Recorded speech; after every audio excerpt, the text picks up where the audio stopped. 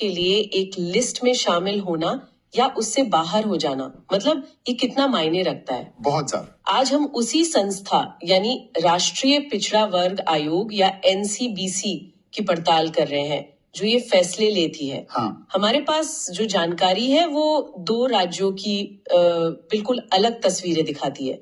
एक तरफ लिस्ट में आने की कोशिश तो दूसरी तरफ बाहर निकाले जाने का डर। और ये समझना इसलिए जरूरी हो जाता है क्योंकि इन फैसलों का सीधा असर लाखों लोगों के आरक्षण, उनकी नौकरी, शिक्षा और यहाँ तक कि उनकी पहचान पे पड़ता है। सही। ये सिर्फ एक एडमिनिस्ट्रेटिव प्रोसेस नहीं है, ये समुदायों के भविष्य से जुड़ा एक बहुत ही अहम मुद्दा है। तो चलिए इसे थोड़ा और समझते हैं।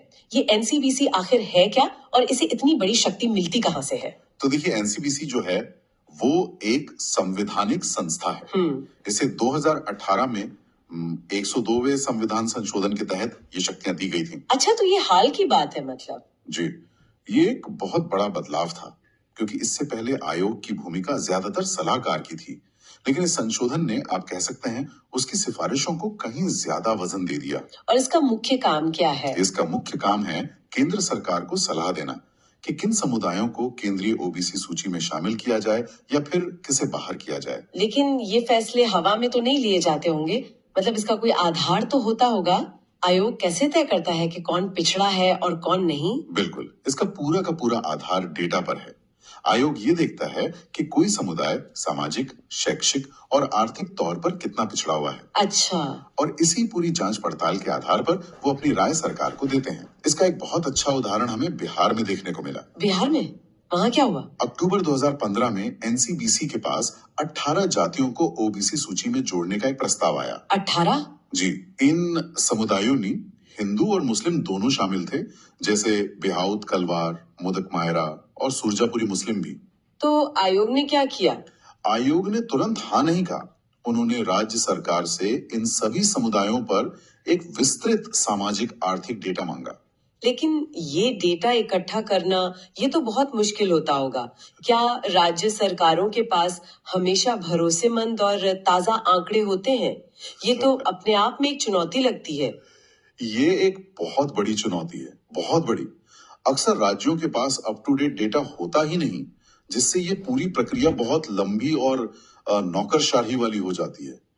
और यही पर डेटा एक तकनीकी जरूरत से ज्यादा एक राजनीतिक मुद्दा भी बन जाता है। जिस समुदाय का डेटा मजबूत होता है उसका दावा भी मजबूत हो जाता है।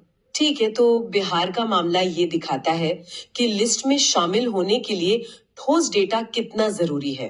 बिल्कुल। लेकिन तब क्या होता है जब आयोग को लगता है कि कुछ समुदाय शायद लिस्ट में रहने के लायक ही नहीं है? और यहीं पर पश्चिम बंगाल का मामला आता है जो कहानी को और भी जटिल बना देता है। एकदम सही। दिसंबर 2025 में एनसीबीसी ने एक बिल्कुल उल्टा कदम उठाया।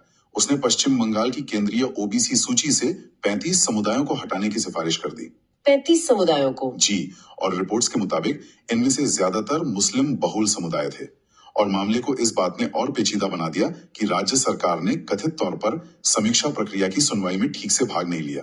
तो इसका मतलब ये हुआ कि आयोग ये भी देख रहा है कि कहीं ऐसे समुदाय तो लिस्ट में नहीं है जो शायद अब पिछड़े नहीं रहे और असली हकदारों का मौका ले रहे हैं।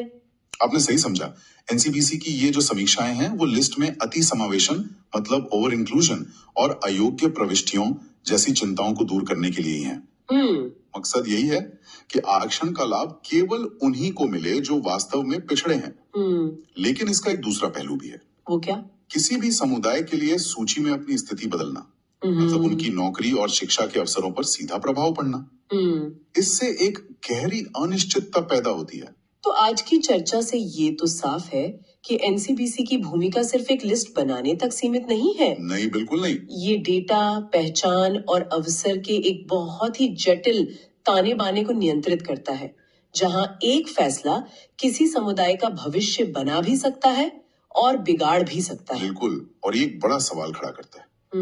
देखिए, पिछड़ेपन को परिभाषित करने वाले सामाजिक आर्थिक मानदंड तो लगातार बदल रहे हैं। हाँ, वो तो है। तो क्या इन सूचियों की नियमित समीक्षा ही आरक्षण के लाभों को सही लोगों तक पहुंचाने का सबसे अच्छा तरीका है, या फिर ये प्रक्रिया जो निष्पक्ष दिखने के लिए डेटा पर इतनी निर्भर है, वो खुद ही समुदायों के लिए और अधिक अनिश्चितता और राजनीतिक खींचतान पैदा करती है?